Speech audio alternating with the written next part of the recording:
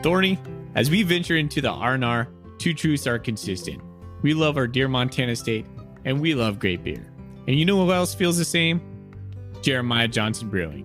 Brewed in the heart of Montana in downtown Great Falls, Jeremiah Johnson takes Montana's finest ingredients to craft some of Montana's favorite beers. And now, Jeremiah Johnson's second tap room is open in downtown Coeur d'Alene. Their Citra IPA is probably one of my favorites. But we all know, Thorny, you're not the hop lover I am. You're more of a mountain man Scotch ale. Well, Foley, I'm certainly not a mountain man, but you are right. I do love their Mountain Man Scotch Ale. But come game day, you and I are both cracking their Golden Bobcat Pale Ale. So when you're looking for a quality craft beer brewed with Montana roots, a relaxing tap room, or just a six-pack to take to your favorite Bobcat tailgate, Jeremiah Johnson delivers. Make your next beer a Jeremiah Johnson, and as always, go Cats.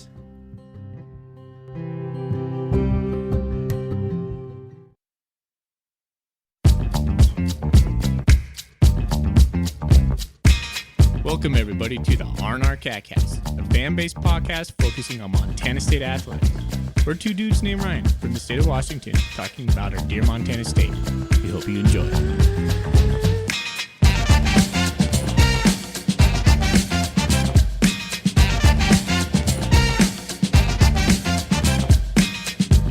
All right, Bobcat fans. Well, now we have Colton Pool, the sports editor for the Bozeman Daily Chronicle, on the show to talk a little bit about the Bobcats leading up to Sam Houston State and then talking a little bit about the Sam Houston State game. So, Colton, thanks, man, for taking some time to come on the show. Yeah, absolutely. Thanks for having me. This is cool. I know we've kind of chatted about the possibility of me making an appearance here, and glad we could finally line this up. Yeah, somehow we've managed to meet you 2 times living out here in Washington, I believe, right? 2 times, once at the kickoff event in Spokane, and then the other time as we were on our way to being kicked out of the press box for cheering. We didn't stay there too long, but I think you were up there, weren't you, when we were Eastern Washington? You're talking about? No, it was the Gold Rush game. Oh, yeah. Okay, that sounds familiar. Okay, yeah. Ollie, yeah, we were fortunate enough to sit in there because the Drake guys didn't come in, and Bill Lambert, he did us a solid, and they informed us, you're like, okay, no cheering in the press box. I was like, got it, and like 10 minutes goes by, and of course I forget about it, and I got us in a pickle because I gave like a fist pump or say like, go yeah, or something like that, and this guy behind me goes, Foley, no cheering. I was like, damn it, you did it I did it twice. And I looked at Ryan. I was like, "We got to get out of here, dude. Before we're gonna get kicked out." So, well, okay. So you were just so. I was gonna say, so that was more of a self-awareness thing. Yeah, I want to iterate. That was total Foley over there. I was being cool. I was holding it together. Yeah, right. Oh man, yeah. So yeah, we looked down the aisle, and you were so professional, and you're just sitting there, typing your story and doing your job, and I was like, damn it, like these guys are like in the zone, and I'm sitting there just like, I felt so out of water. Like I was like, come on, I just gotta cheer. I was like, Thorny, let's go, dude, we're out of here. So, but that was a cool experience nonetheless. Yeah, I'm glad you think I look professional, because internally there's a lot of panic about deadlines. So I'm glad that I looked a little bit more cool than I actually was. Yeah, that's all that matters. Outward presentation. Right. Yeah, exactly. All right. Well, I'm going to start us off. We've got a couple questions for you, Colton. Let's see. Here we go. Let's go back to the Cat Griz. Cat Griz happens. So I guess my first question was, what was kind of the feeling around the program? And like now looking forward to the playoffs, how do you think like the Cats have used that loss to kind of help them prepare for what they're doing now? Yeah, I think, post game, we got to talk to Coach Brent Vegan and linebacker Troy Anderson, and then quarterback Matthew McKay, and it was pretty somber for me. I mean, that was the first time that I had ever covered a Cat Griz game in which the Cats lost, and it's quite a bit different. I mean, obviously, this game means a ton to these people. I think Coach Vegan, he really wanted to try and follow up the performance of his predecessor, Jeff Choate, who was undefeated against the Griz, and obviously these players really wanted to go out with never having lost to the Griz, and not being able to do that. I think that was quite disappointing. But and again, even talking to Lewis Kidd as well, that Sunday, the following day or the day after that, yeah, I mean, it was a lot of disappointment.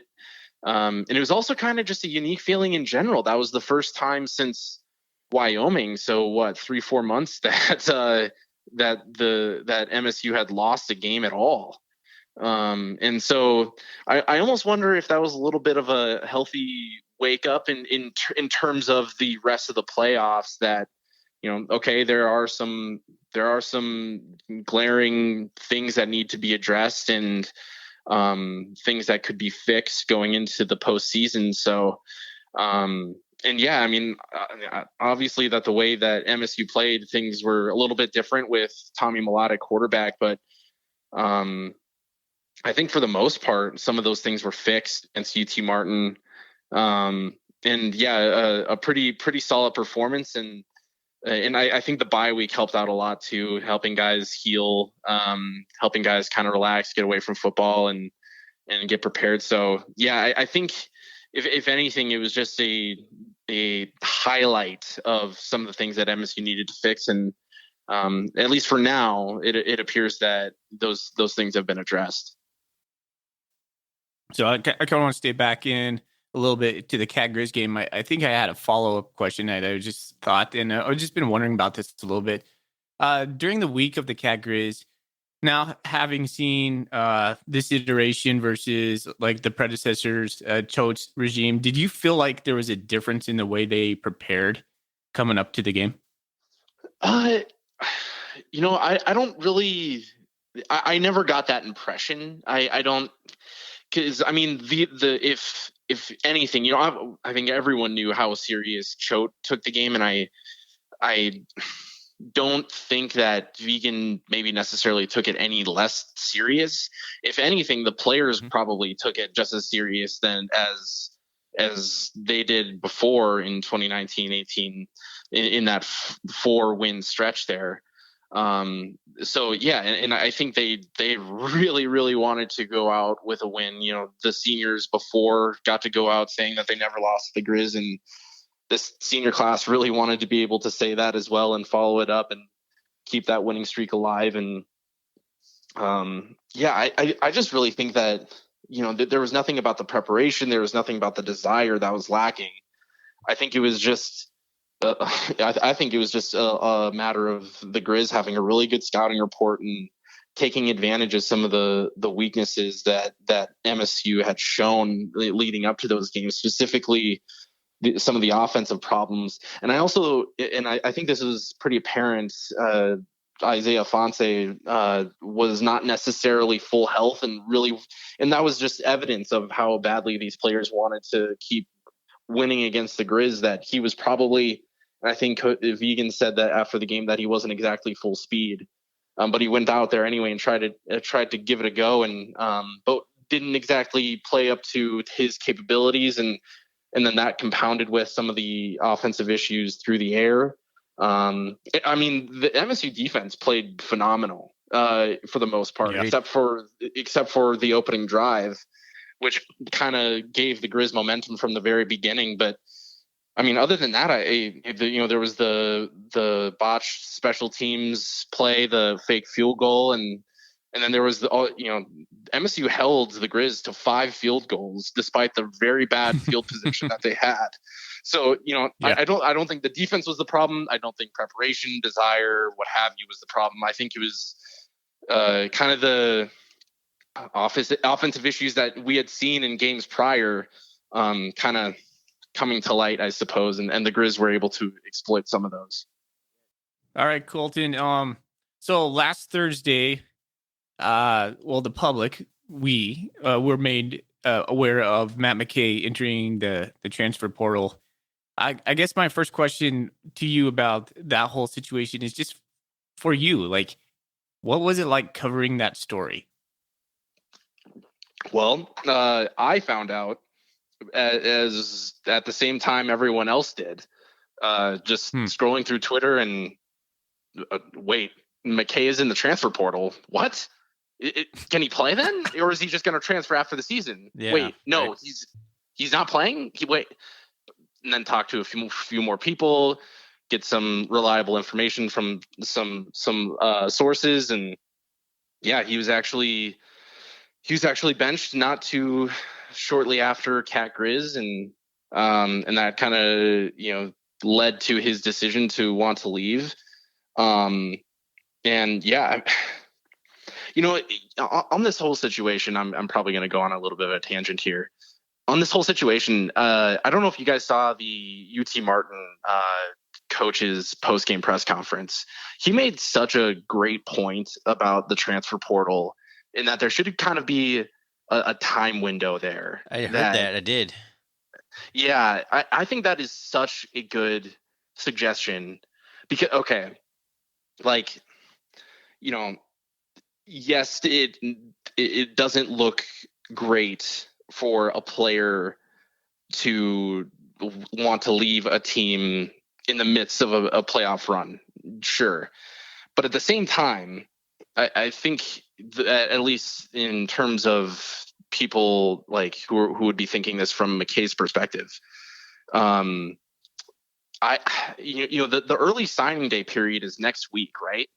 And so if he knows that he's not going to be the starting quarterback, and he really wants to be a starting quarterback, particularly for his last year of eligibility, every day that he's not in the transfer portal and giving himself an opportunity to go to the best situation possible is, kind of the timing of it.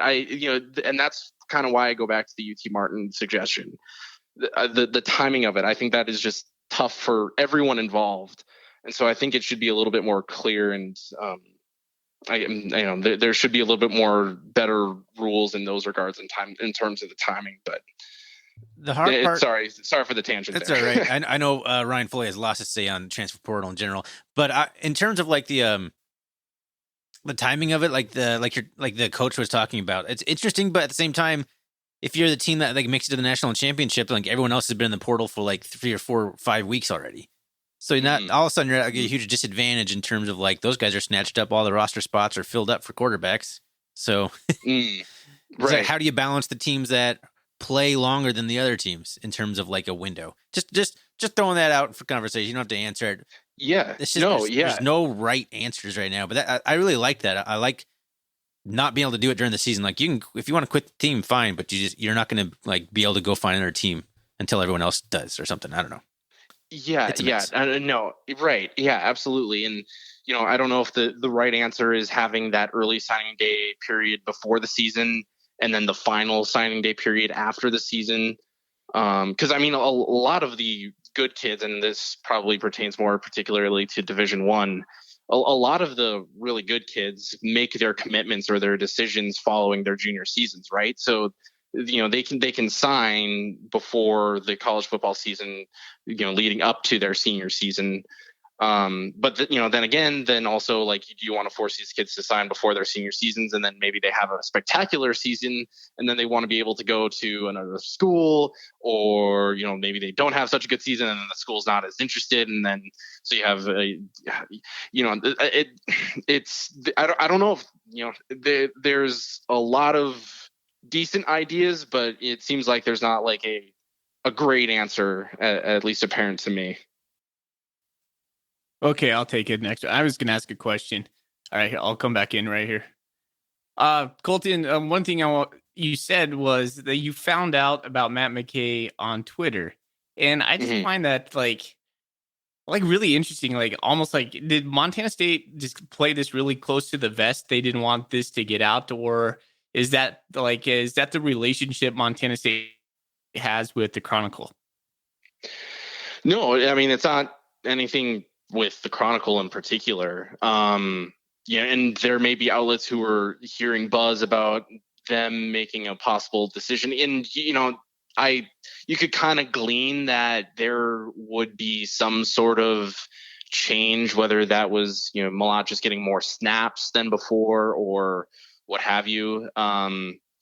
But no, I think they were trying to keep it, close to the chest as much as possible, because even in Vigen's Monday press conference before the UT Martin game, we were asking about McKay and his, wanting to improve, and he kind of listed off some things that they were hoping to work through with him. And so he kind of spoke as if he was, at least to me, from my perspective, kind of suggested that he would still be the starting quarterback, and that they were kind of preparing him to be to fix his mistakes so that he would be able to perform better on Saturday. And so, yeah, I thought that a change could happen. I didn't have any source on that, but you could kind of figure that would be in the works. But I certainly didn't see McKay leaving the team. I guess that I think that in itself was a little bit of a surprise. I think it came definitely a surprise to Bobcat fans. I think everyone else found out about it, like on Twitter. I was like, oh my goodness! We had all heard rumors like Mellott may be starting, but the fact that McKay was just like not on the team anymore, I don't think many people saw that coming. But to piggyback on that conversation, then, like how was the team's response to McKay entering the portal? Did you just have a chance to talk to anyone about it, or get a kind of feeling what people thought about Matt McKay just on the team? Yeah, I in particular, from anyone on the team, I think you guys said that you saw the post-game press conference after Saturday. Vigen just kind of kept it pretty short regarding McKay, that he felt he made a decision that was best for him, and MSU wished him the best, and that they were just going to move on. And it's, they don't want to, at least for now, who knows next season if they'd be a little bit more willing to talk about it. No one is going to be talking about that. Sure. Certainly on the record. I think for sure, at least until the season is over. Well, not even necessarily like reasons or anything, just like how people were they bummed out or anything but I mean, it's kind of hard to gauge, but. Right. Yeah, exactly. Yeah. So one of the things Ryan and we've discussed at length on this podcast journey that we have is kind of like our love for Tucker Rovig, or just maybe admiration for Tucker Rovig. Obviously, we thought Tucker Rovig was going to get the nod. It wasn't. It's Tommy Mellott. Have you gleaned anything on why Montana State leaned towards Mellott over Rovig there? I think the abilities of Tommy in terms of rushing on the ground, I think that was pretty evident and pretty clear that kind of elevated him. And the reason that MSU wanted to go with him, obviously this team is kind of meant to be a run first team. And I think that his style sort of better fits that identity. And, something also Vigen talked about as well was how much Mellott had improved as a passer. And I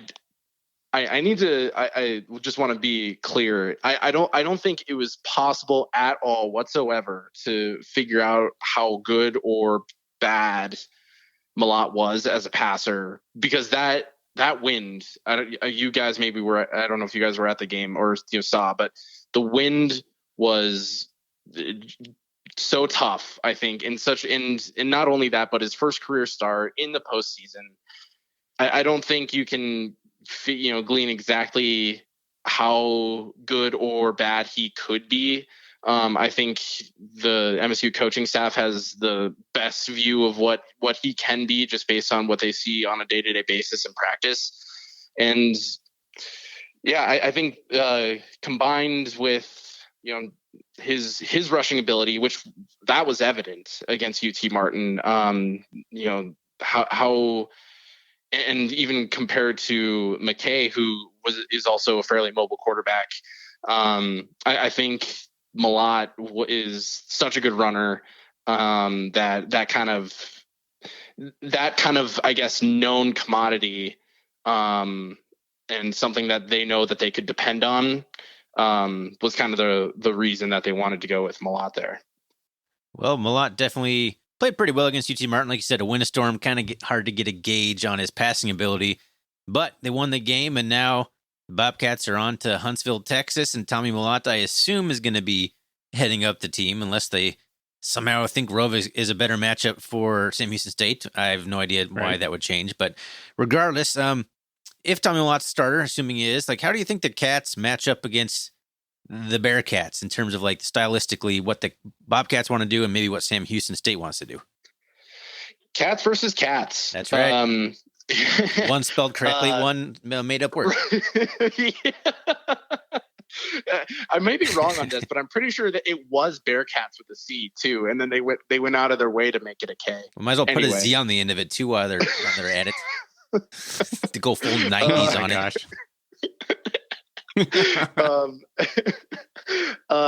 Yeah, this is a strength versus strength game right here. I was watching the replay of the Sam Houston Incarnate Word game, and it is so evident how strong up front Sam Houston is on the defensive line and the offensive line. The Montana State, and so strength versus strength. That Sam Houston offense is so well balanced. I mean, their quarterback is a Walter Payton Award finalist. They have a rusher for over 1,000 yards. They're among one of the top teams in the country in total rushing. Is so well balanced, and a handful of receivers over 500 yards receiving for the season. But then Montana State's defense. We've already talked about it. You guys know, among, if not the best unit in the country on that end of the ball. And then on the other side, MSU is a run first team, whether that's quarterback run, giving the ball to Afonso.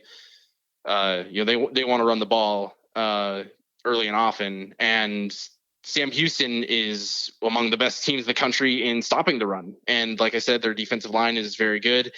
I think there's a lot of strength up front for Sam Houston, but I wonder if there's a little bit more, I guess, speed in some areas for Montana State. So maybe there's a way that Montana State could take advantage there. But right.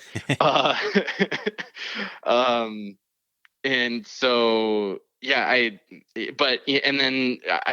think Sam Houston's secondary has proven to be a little vulnerable at times. But then obviously Montana State's passing attack is kind of figuring things out as they go as well, with Mellott presumably making his second career start this week. So yeah, it's going to be, I think, a fun clash of two really skilled teams in the areas that I mentioned. While you were talking there, I had a interesting idea. Some teams employ the two quarterback system. The Bobcats have, obviously, with the throwing quarterback and then the wild quarterback that comes in and basically runs it. What if we do the inverse of that, where Mellott, the running quarterback, gets 85% of the snaps, and then Tucker Rovig comes in and just all he does is just throw bombs. That's literally all he does. Just comes in and just throws 60-yard passes. The complete opposite of what most two quarterback systems do. Right. Innovation right there. If you see Taylor Housewright, tell him my idea. Okay.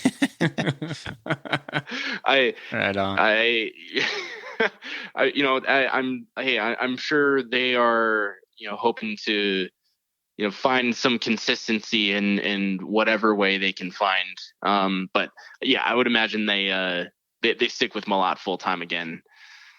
How many passing yards do you think Mellott needs to win this football game? I was thinking about that.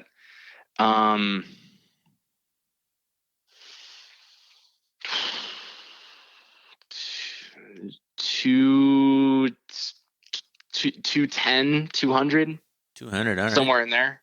Yeah, I think that, and that's not only needing him to chuck the ball up and down the field. I think that would just be indicative of a balanced offense that, when they needed to, they could rely on him to, move the chains, convert third downs. and then once in a while, just throwing it deep to Lance McCutcheon in one-on-one coverage and hitting a couple of those. So I think that would be the number that he would probably end up at. And like 2 touchdowns at most, 1 pick. I think that's probably the stat line I think in my head of an MSU win. How about you, Foley? Yeah, I was going to say probably 250. 250. Yeah. Yeah, I was thinking somewhere in that range too. Like I was probably thinking a little low because then in at least in my head, presumably MSU's offense or their running game gets going, so they can get a lot of the yards that way. But yeah, I that 250 is a good number as well. I'm going to put together the output of Tommy Mellott at UT Martin and South Dakota State's output throwing the ball in the national championship game for like a total of like 153 yards between those 2 games. So that's all we need. That's my theory here. All right. In reality, I was thinking in my head like 175 will win the game. I think 250, we're cruising, boys. 175, I think we'll do it. 150 might even do it. We just need to keep the defense soft enough to keep them from stacking the box. So I think 150 could do it if he doesn't turn the ball over. If he does turn the ball over, then you're probably right. It's got to be 200 something to make up for that for a turnover. But oh yeah, I think that the turnover stat, that's the number one thing. The limiting the turnovers. Obviously he had the 1 fumble that led to the touchdown this last week. But yeah, I think if he can limit it to 1, at most 2 turnovers, I think that's probably enough to get a win there. Colton, do you have a bold prediction for the game? Oh, in terms of victory, yeah, they're always good things for Bobcats. Usually, in our world here. I was thinking bold prediction like Afonso runs for over 300 yards. Yeah, that works perfectly. That's an acceptable answer. That works. No, A record. I don't have a bold prediction because I think that this game is gonna be way just super close down to the wire. But I just think Sam Houston is too complete, and playing at home too. It would be tough for me to not favor to pick them to win this game. Sure, can't argue with that. No, yeah, I'm on record saying it. So I would say it's a bold prediction that they're going to keep it close. But I mean, I've been called a hater all week on that, but it's what I feel. So yeah, one might say though that Foley going into negative town is a good sign that the Bobcats will win. If Foley's spiraling, then things are good.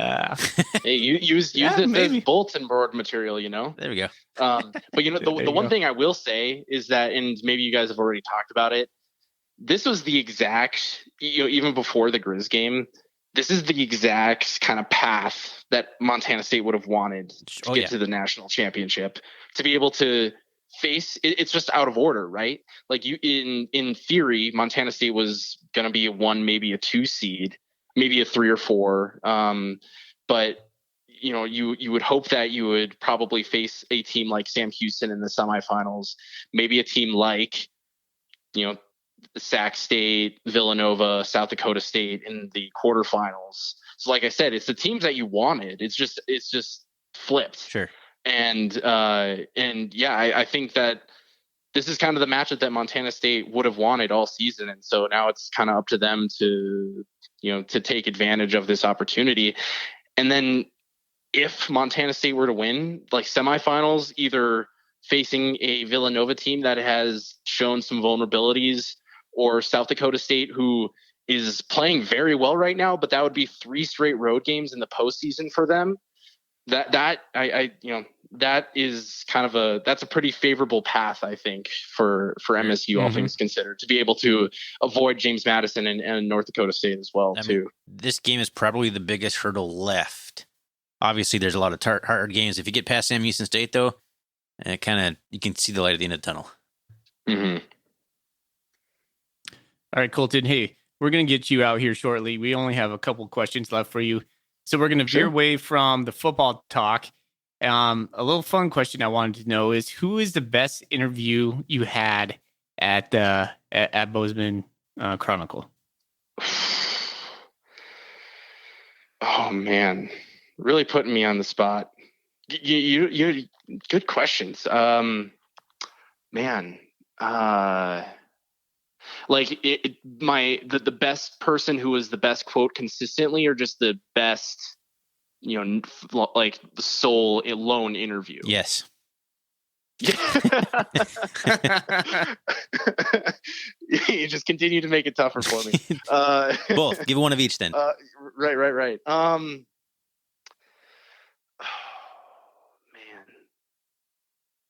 man.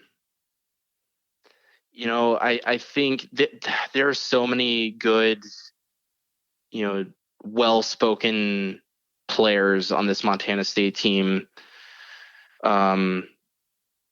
I guess maybe a good answer for both would be Lewis Kidd.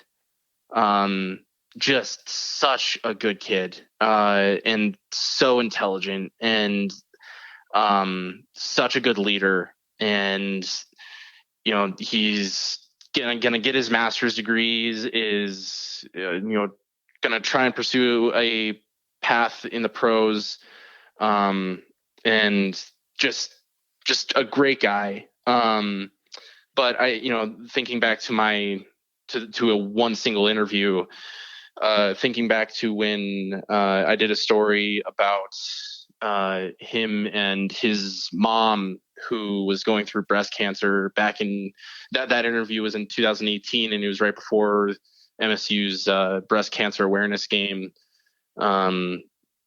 Pretty emotional, and pretty impactful interview for me, and I hoped to do my best with that story. And that was certainly an impactful conversation for me, and just kind of the very tough emotions that he went through.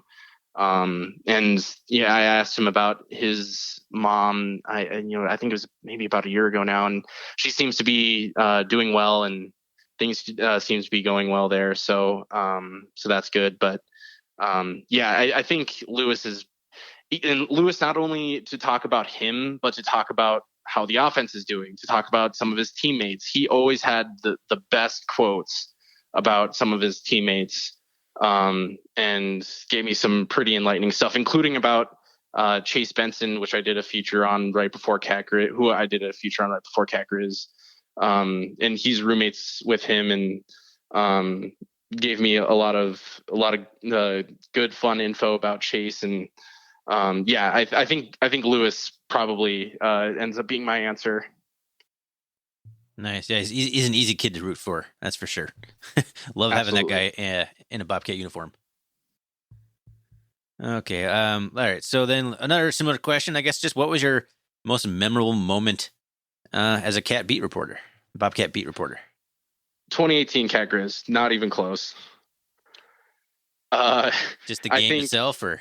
Yeah, I mean, that is by far the craziest, wildest, most I can't believe that happened game of my life. NFL, college, high school, like I like my heart kind of still goes a little, like my RPMs go up a little bit every time I think about that game. Just like the everything leading up to it, the win or go home essentially atmosphere of that game. I think that was the first time Bobby Houck was back with Montana. And MSU just willing that game. And I mean, of course, the goal line stand, the touchdown that wasn't, and then the goal line stand that was, I I don't know how I could ever, there could ever be a crazier game in my mind. I like that one is going to be a memory that I hold on to forever. Well, I certainly know Bobcat fans are kind of the people that know exactly like where you were, what you were doing, who you're with when that play happened. I imagine Griz fans probably are too for a whole different set of reasons, though. But they probably remember that's pretty much seared in their brain forever. So that doesn't surprise me that that was your answer there. Right. Yeah. It was so fun. I remember I was sitting next to Paul Schwedelson, our reporter at the time too, and just looking at each other like 10 times, looking at each other like, did that just happen? Is this happening? What? MSU's ahead. Like, I just an epic game on it, just so fun. And yeah, I did like I think it was like a 3,000 word story about that a year later, and I feel I don't feel like I did it justice even with that. And I talked to like 20 people, and yeah, I don't think I could ever try and capture the intensity, the emotions, the just how amazing that game was to watch. Maybe you'll get one last chance when the Bobcats make it all the way to Frisco, Texas, in the national championship game, and the Bobcats win that game on a goal line stand. Take you out. There you go. I was thinking it would be because I went to North Dakota State, so it would be my life full circle if Montana, and Vegan's life full circle if Montana State and North Dakota State face each other, and then Montana State won and got to cover the first MSU national championship in however long. That would be certainly entertaining to watch. I'm sure for Cat fans. I just hope it's not Cat Griz Part 2. Oh yeah. God! I couldn't handle it. My heart couldn't handle it. I mean, I think Paul, who I mentioned before, I can't remember if he tweeted this or not, but I got to give him credit. I think he jokingly threw out the suggestion that game should be played in Butte, and I don't disagree. Yeah. It'd be entertaining. Yeah, right.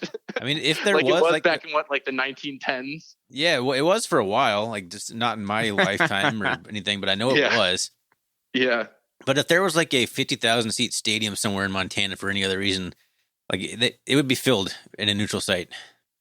Right. Yeah. Yeah. Sure. Yeah. You put that stadium, you put that game anywhere in the country. Yeah. There's people are going to show up for it. That's for sure. All right, Colton. Well, thanks for taking some time here to come on and just kind of talk about a broad range of topics leading up to the current events for the Bobcats, man. I really appreciate it. Yeah, absolutely. Thanks for having me. And yeah, this was a blast. Where can our listeners follow you and your content? Yeah, so I am on Twitter at C Pool Reporter, and then our Bozeman Chronicle Twitter account tweets our stories as well, and then you can follow us or just find our stories online as well on our website, and then our sports reporter by Parker Cotton. He also does a little bit of MSU football, but is doing a lot of MSU basketball right now. So. Yeah, you can follow us there. Sounds good. I appreciate it, man. And have a good night. Yeah, thank you. You too. Thanks, Colton.